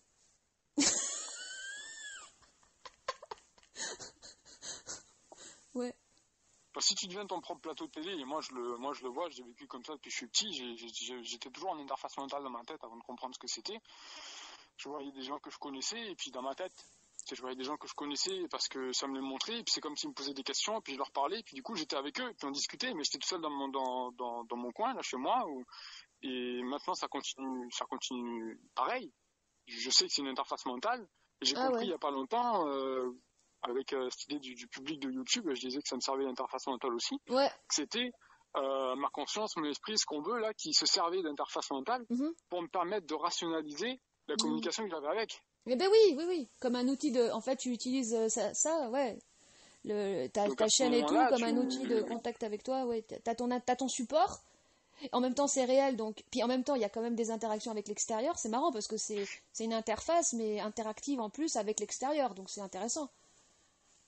Puis c'est à ça que ça sert, ou en tout cas, c'est comme ça qu'on peut voir le monde physique, le monde matériel, l'environnement, les gens, tout ce qui nous arrive, tout, depuis l'intérieur de nous jusqu'à l'extérieur et tout ce qu'il y a autour de nous, c'est de la com. Les gens, ils disent, moi, je vais entrer en contact avec mon esprit. Puis, est-ce que tu te demandes dans ta tête, ou est-ce que tu essaies de savoir pourquoi tu te cognes quand tu te cognes, pourquoi il t'arrive ce qui t'arrive dans le monde, parce que c'est une com de ta conscience, de ton esprit. Attends, t'as dit quoi? Une colle ou une cogne? Je comprends pas. Une com, de la communication. Ah, une com. Les gens vont rentrer en communication avec leur esprit, puis ils s'intéressent tellement à l'aspect occulte, à l'aspect de tout ce qui a été amené par le supramental que je dénonce, parce que ça pourrait se restreindre à peu de choses qui sont tellement... qui sont des portes qui ouvrent à quelque chose de tellement grand, comme le fait que la pensée vient d'ailleurs, et qu'il faut pas croire. Tu prends ces deux concepts-là, tu peux en avoir pour... Il y en a qui partent qui partent en folie, qui partent en dérive limite HP, parce que il faut, enfin, jusqu'à ce qu'ils comprennent qu'ils doivent mettre des limites et que c'est là l'ego, mais le truc, c'est qu'on en reviendra toujours simplement à la créativité. Parce que aujourd'hui, tu parles de com avec l'esprit, d'interface, bah, c'est à toi de trouver les outils, à toi de comprendre que ça, c'était un outil de com, ça, c'était un outil de contact. En fait, d'ailleurs, tout, c'est toujours des outils de contact. Lesquels sont les plus efficaces? Comment en changer aussi, comme quand tu parlais de faire du dessin. Parce qu'après, quand tu t'habitues à un outil, à un médium, ça crée aussi une mécanicité. Ça peut créer une mécanicité. Donc, tu as besoin de passer à autre chose, à un autre média, pour amener une nouveauté aussi dans ta relation. C'est ça. Tu sais, si tu fais, par exemple, moi je fais des origamis en ce moment, si tu fais quelque chose comme ça engendre de l'intimité avec toi-même. Et ça retourne le focus. Au lieu d'être concentré sur tout, tu deviens attentif à rien, parce que tu es dans une chose que tu fais qui devient mécanique pour l'ego ou pour une partie de toi, mais qui en même temps te libère de l'aspect concentratif ou énergivore de ton environnement.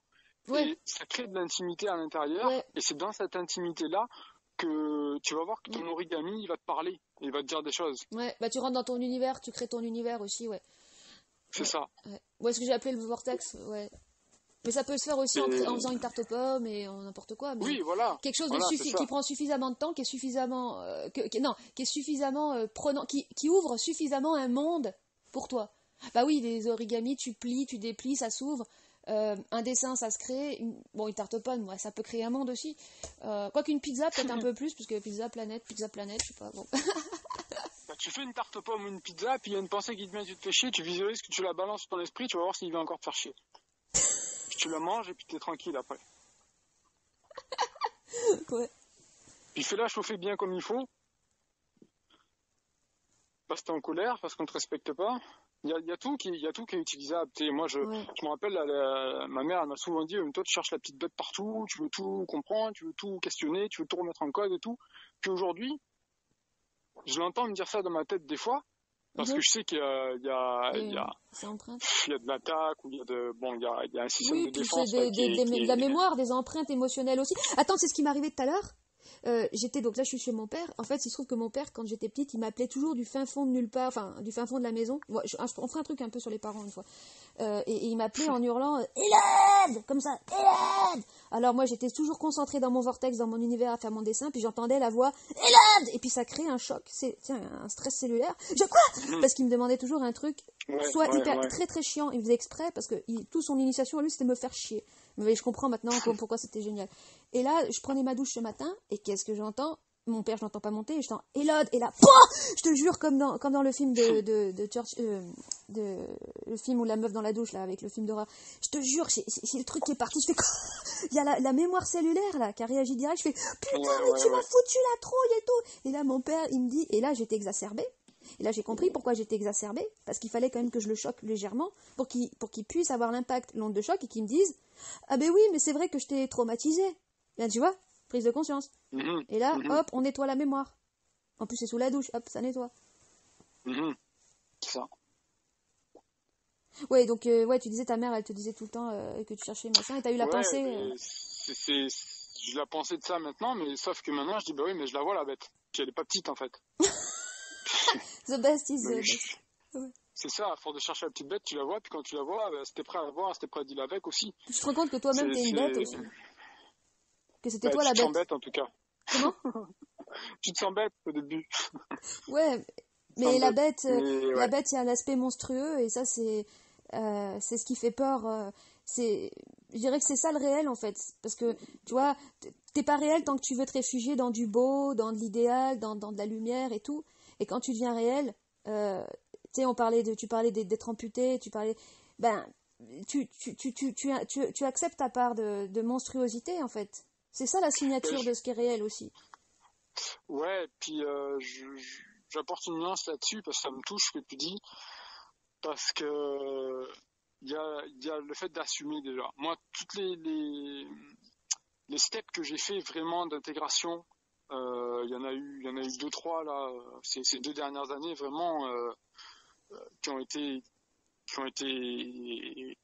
observables et où j'ai vu que ben là ça c'était un step. C'est quand ce que j'allais dire, ça me fait peur ce que je voulais dire. Si, la monstruosité, la peur, ouais, c'est quand j'assumais là où j'en étais et j'assumais les pensées qui me venaient, qui me disaient ben moi je suis capable de faire ça, je suis capable de parler comme ça, je suis capable de comprendre la vie comme ça, et où moi j'en suis là, et c'était pas tu sais égoïquement où tu te donnes une valeur en disant ben oui moi j'en suis là, mais c'est qu'en fait tu te rends compte, moi je l'ai vécu comme ça, que ça me revenait, par exemple de dire ben moi je sais que je peux parler à ce niveau-là, là, comme ça, et je voyais que j'assumais pas ça.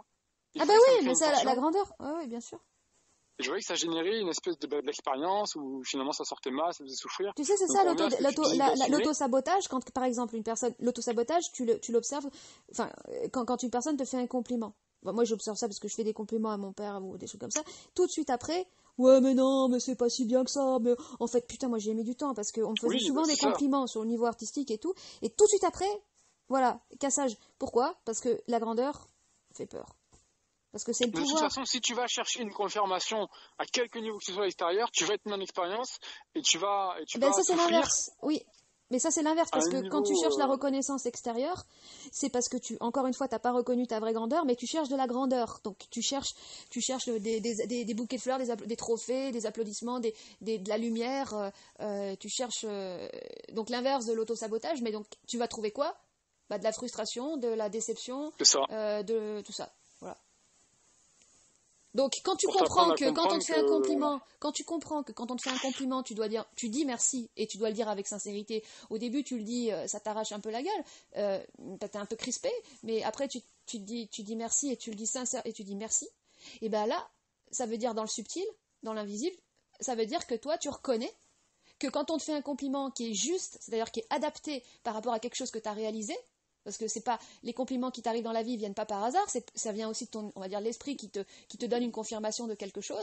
Quand toi quand tu montres, regarde, j'ai reconnu que j'étais bonne pour ça, que j'avais bien réalisé ça et je dis merci. Bon, c'est bon, on va aller pouvoir voir maintenant qu'est-ce que tu peux faire à un niveau légèrement au-dessus, progressivement, tu vois. C'est ça. Puis sous un autre angle, tu peux aussi réaliser à quel point c'est important de dire merci parce que quand la personne te fait un compliment, c'est une demande implicite, inconsciente de sa part d'avoir le retour de ce qu'elle te donne. Oui. Parce que elle te fait un compliment pour te dire t'as vu, je te reconnais dans ce que tu fais. Voilà, c'est ça. Elle s'est reconnue, tu peux me reconnaître dans ma capacité à te dire que ce que tu fais c'est bien, parce que j'ai besoin que tu me dises que ce que je fais c'est bien, dans le sens de c'est bien, je te remercie je te donne la valeur Ouais. de ta parole pour moi, parce que ça me fait du bien, et ça me fait du bien de le faire. Ouais. Et depuis 2-3 jours, 4 jours, une semaine que je suis comme ça, dans ma relation avec moi et avec ma copine, que j'ai dit je prends soin de moi, je me respecte, dans le sens je me fais respecter, et ça commence dans la tête, je me sens détendu ou détentionné, tu vois, dans le sens j'ai plus de tension. C'est ça, c'est Et des tensions. Ah ouais, ouais, c'est ça. C'est ça. Putain, moi, c'est ça. toute ma vie, j'ai Et mis du temps, putain, j'avais des tensions, mais tout le temps, c'est horrible. Quand t'as trop de tensions, puis, en plus, ah ouais, c'est insupportable. puis j'ai un bon exemple pour parce que je sais que ce dont on parle là, ça peut mettre du temps à être, j'allais dire interprété déjà, à être intégré par une personne pour qu'elle réalise le truc. C'est que quand tu es pris dans ton expérience, c'est beaucoup plus difficile à voir. Et un exemple de comment se libérer de cette impression qui a été laissée par ce qu'on appelle le supramental, malgré les gens qui en ont parlé, cette idée de oui, mais alors il faut plus, tu sais, être dans cet aspect-là, comme on disait, de dire merci, de laisser aux gens ce qu'ils nous disent pour eux, parce que c'est quand même gentil, c'est quand même beau, c'est quand même Ouais, j'ai humain. jamais trop, ça j'ai pas fait, ouais. Je sais que moi, il y a des gens avec qui je parle qui sont dans cette idée Ah, que... le côté trop froid, le côté froid, parce voilà. que du coup, s'il y a trop de gentillesse, ça va être un peu niaiseux et ça va être de la sensiblerie. Donc, faut rester froid. C'est ça. Ouais. C'est ça. Ben, j'ai un super exemple par rapport à ça, ce que ma copine me disait l'autre fois. Dans sa famille, à Noël, tous les ans, sa grand-mère, la grand-mère de ma copine, demande à la mère de ma copine ce qu'elle veut pour Noël. Donc c'est la mère de ma copine qui dit à ma grand-mère ce qu'il faut qu'elle achète à sa petite fille pour lui faire plaisir.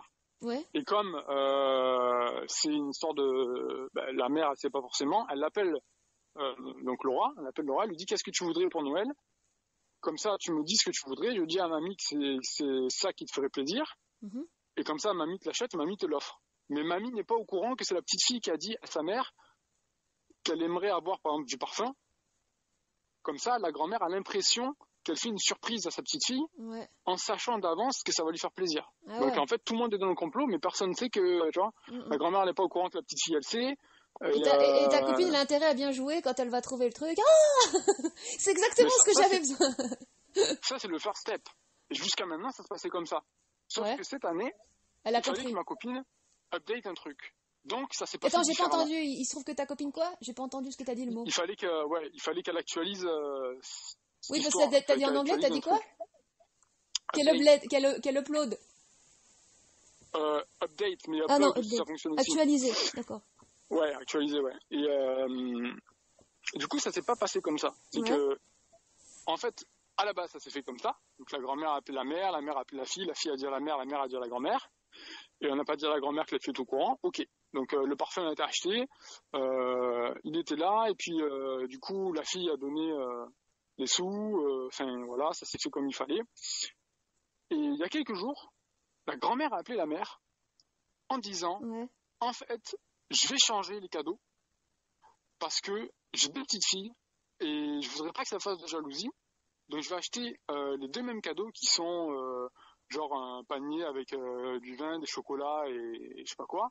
Comme ça, elles auront la même chose, il n'y aura pas de jalousie. Ce qui fait que la mère, n'ayant pas la présence d'esprit, a dit bon ben ok, alors du coup on va faire comme ça. Elle n'a pas dit à la grand-mère ouais mais le cadeau vous l'avez déjà acheté. Parce que le cadeau était déjà acheté. Donc en fait, comment on fait avec le cadeau? Il n'y a pas eu cette histoire-là. La mère a ensuite appelé la fille en disant mamie a changé d'avis, donc ton cadeau, c'est plus un cadeau. Tu voulais ça, il va falloir que tu me rembourses. Et moi, je te donne le cadeau qui n'est pas un cadeau. Donc, je te le donne maintenant, mais il faut que tu me rembourses. Et Laura me dit... elle voulait pas forcément. Elle voulait pas forcément le parfum, au final. C'était juste pour faire plaisir à la grand-mère. Elle voulait pas forcément... Elle voulait ce parfum-là, parce que quand on lui a dit qu'est-ce que t'aimerais t'acheter... Oui, elle le voulait, elle n'en avait pas forcément un besoin. Sauf que elle me dit, moi, je voulais pas forcément payer maintenant un parfum. Bah oui, c'est ça. C'était pas son besoin. Et puis c'était ni elle avait pas forcément ni le besoin, parce que les sous ça vient toujours par rapport à un besoin. Si elle avait eu vraiment besoin, elle aurait trouvé les sous pour acheter son truc. Là, si elle avait besoin, elle aurait eu les sous. Voilà, c'est sûr. ça. Et du coup, elle me dit, moi je suis pas d'accord. Donc elle vit, là, elle est dans l'expérience. Je suis pas d'accord parce que je voulais pas me payer ce parfum, c'était un cadeau et c'est cool qu'on me fasse ce cadeau parce que c'est ce parfum que je veux, mais j'ai pas les sous. Oui, Bon. donc en fait, c'est la mère qui avait pris l'initiative à la base elle, de pas se poser par facilité demander à sa fille pour pas avoir à se poser trop de questions. Donc finalement, c'est la mère qui est responsable dans l'histoire. C'est elle qui doit assumer. Ouais, mais on parle même pas de ça, c'est les trois qui sont responsables. Parce que déjà, si tu pars là-dessus... C'est un complot, oui, donc forcément tout le monde est responsable dans les complots. Voilà. Si on te demande ce que tu veux, si tu veux quelque chose, c'est que tu as un désir. Et tu réponds, ça veut dire que tu valides, ouais. Elle aurait pu dire, Laura, je ne marche pas dans votre complot, foutez-moi la paix. Bah, c'est ça. Donc déjà, toi tu te protèges. Et puis si tu as besoin de rien, bah, tu te dis, je vais quand même acheter une boîte de chocolat. Et voilà, acheter une boîte de chocolat. Et la mère, elle n'a pas eu la présence de dire à la grand-mère, ouais, mais le cadeau il a acheté, comment on fait? Parce que du coup, machin, l'argent, c'est censé être un cadeau, je vais pas lui dire de me rembourser. Tout le monde se renvoie la patate au final, la patate chaude, quoi. Bah, c'est ça. Ouais. Mais le truc, c'est que pour pas faire chier la mère ni la grand-mère, comment Laura elle s'en sort dans cette situation? Ouais. Et elle est prise dedans et elle me dit, ce qu'elle me dit, je voulais pas acheter les cadeaux, machin, tout ça. Mais du coup, je veux pas faire de la peine à ma grand-mère. Donc, je veux pas prendre son cadeau que je veux pas parce que je vais pas boire le vin, je vais pas manger ça, je vais pas faire ça avec son panier, enfin, je vais pas utiliser son panier pour moi. Panier. C'est marrant, j'ai fait un panier moi aussi pour mon frère. Ouais. Ben, du coup, elle me dit, ça me fait chier parce que je vais devoir faire semblant d'accepter son cadeau et d'être contente. Alors que déjà, j'aurais les boules parce que c'était pas ça que je voulais. Elle peut vendre la mèche aussi, et de tout vendre la mèche aussi, et de faire jouer le carte de la transparence. De tout vendre la mèche, oui. Mais tout vendre la mèche, c'est la solution de facilité qui te prevent. Ah non, c'est jamais la facilité, la transparence. C'est le pire. Non, parce que c'est le risque que t'enlèves la magie. C'est-à-dire que la magie de la grand-mère et tout ça, ça va disparaître quand tu vas amener la transparence. Oui. Puis le problème, c'est que la transparence, je dis, c'est pas la solution de facilité, mais dans le sens où c'est brut et il y a un manque de respect. Ça dépend comment c'est fait. Si tu connais suffisamment la sensibilité, justement, ça c'est le sujet d'actualité parce que moi, par rapport à mes dossiers personnels, il y a des trucs que je peux pas dire à mes parents pour pas heurter leur sensibilité, par choix. Mais si elle ressent que la grand-mère peut l'entendre, elle le fera.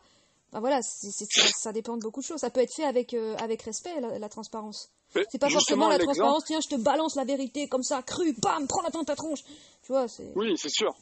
Mais justement, l'exemple, il sert à sortir de ça, à se libérer de ce genre de truc. Est-ce que je le dis, est-ce que je le dis pas et tout. Ouais. Parce que ce qu'on en est venu à voir tous les deux, c'est que il y a un fond et il y a une forme. Et si tu comprends le fond, tu sais comment gérer la forme. La forme en déduit directement, ouais, d'accord. Parce que je lui ai dit, ta grand-mère, elle veut te faire plaisir. Elle a toujours demandé ce que tu voulais pour Noël, te faire un cadeau pour te faire plaisir. Le fond, c'est qu'elle fasse plaisir. Le fond, elle veut te faire plaisir. Ça veut dire que ça sous-tend une expérience pour la petite fille. Donc la petite fille peut intégrer quelque chose, peut comprendre quelque chose à travers l'expérience. Sa grand-mère a utilisé pour la faire grandir en conscience. Oui, ça c'est la vie, c'est comme ça. Ça c'est toute la vie. Donc déjà, si tu te poses, c'est ça. Si tu te poses ça comme question, tu te dis c'est quoi que je dois comprendre dans cette expérience. Ouais. Donc déjà, c'est plus un problème. Est-ce que je dis les cadeaux, j'accepte les cadeaux, je veux, c'est pas ça que je veux, tu te sors de la situation, tu pars sur vraiment le fond du... Ouais, d'accord. C'est ça. Et là, on a vu que si elle comprenait déjà ce genre de choses-là, elle pouvait réaliser que cette histoire du cadeau qui a été acheté, qu'elle doit rembourser son propre cadeau et puis le prendre et puis en accepter un autre qu'elle veut pas et tout, c'est compliqué. Elle réalise qu'en fait, sa grand-mère lui permet de comprendre le mécanisme de ce genre de choses, des interactions humaines relationnelles qui imbriquent des expériences, des trucs, des ça.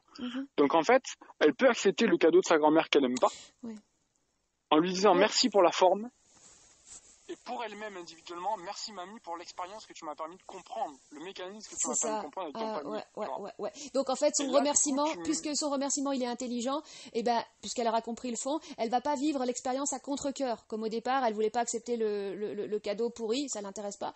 Donc comme elle va l'accepter en faisant semblant, parce qu'elle va faire semblant quand même, parce que elle va le dire en elle-même le merci. Elle peut le dire merci pour l'expérience, mais peut-être que la grand-mère va pas comprendre. Mais elle sera vis-à-vis d'elle-même, elle sera dans la sincérité de son merci. Parce que le but, c'est de C'est pouvoir ça. vibrer la sincérité du merci pour pas qu'il y ait de parasites et qu'il y ait de ah, puis tu fais un sourire, genre un petit sourire tremblant, tu sais, le sourire qui tremble, le sourire faux. C'est ça, c'est ça. C'est pas bon ça. Puis pour comprendre à quel point cette sincérité est sincère et à quel point cette intelligence est sincère, Ouais. c'est tu respectes parce qu'elle me dit oui mais alors du coup je fais semblant comme t'as dit toi, Oui, je fais c'est comme ça. une semblant. Mm. Sauf que tu fais pas semblant dans le Vis-à-vis sens de où tu toi-même. vas respecter la sensibilité de ta grand-mère parce que tu sais que si tu lui dis merci pour l'expérience Oui, et tout ce que ça veut dire, tu tout vas son pas la au-delà, respecter elle parce va qu'elle pas va comprendre. comprendre. Voilà, c'est ça. Elle va pas comprendre, ça va peut-être Ouais. lui faire bizarre et elle va se dire Ouais. ma petite fille qu'est-ce qu'elle a. Ouais. Donc en fait en lui disant merci en acceptant son panier dont t'as rien à foutre dans le fond, tu l'acceptes parce que t'intègres le fond de ce que t'as compris. Et ça te fait grandir en conscience. C'est ta grand-mère, elle t'offre un panier qui t'a fait grandir en conscience. Le panier, il est Le génial. panier de la conscience. Le panier de la Mais conscience, attends, elle t'offre la c'est conscience dans un extraordinaire ce panier. que tu dis là parce que moi j'ai fait un panier à mon père et justement je voulais que ce soit le panier de la conscience. Mais le Ben problème voilà, c'est que c'est ça. j'ai mis, bon, on en reparlera, ça c'est un autre sujet. C'est génial, ouais.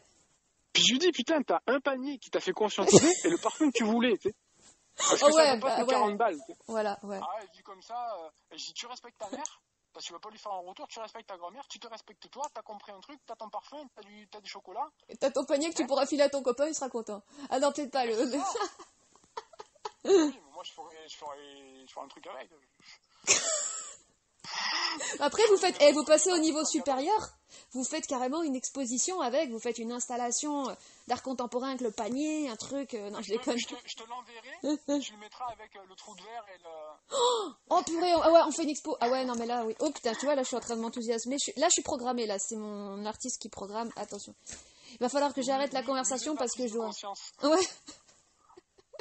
Mais par contre, ce serait un beau défi d'organiser une expo qui reste flex, enfin qui soit flex, qui soit en balancement, qui soit en instabilité. Parce que le problème des formes dans la matière, c'est que ça se rigidifie. Ça, c'est le problème aussi de l'art matériel. Quand tu dis j'ai détruit mon dessin, parce que de toute façon, tu voulais pas réfléchir sur ton dessin, tu t'avais pas envie de t'emmerder avec le dessin, puis ça allait servir à rien, parce que tu l'as fait, c'était utile au moment de le faire, et après ça sert plus.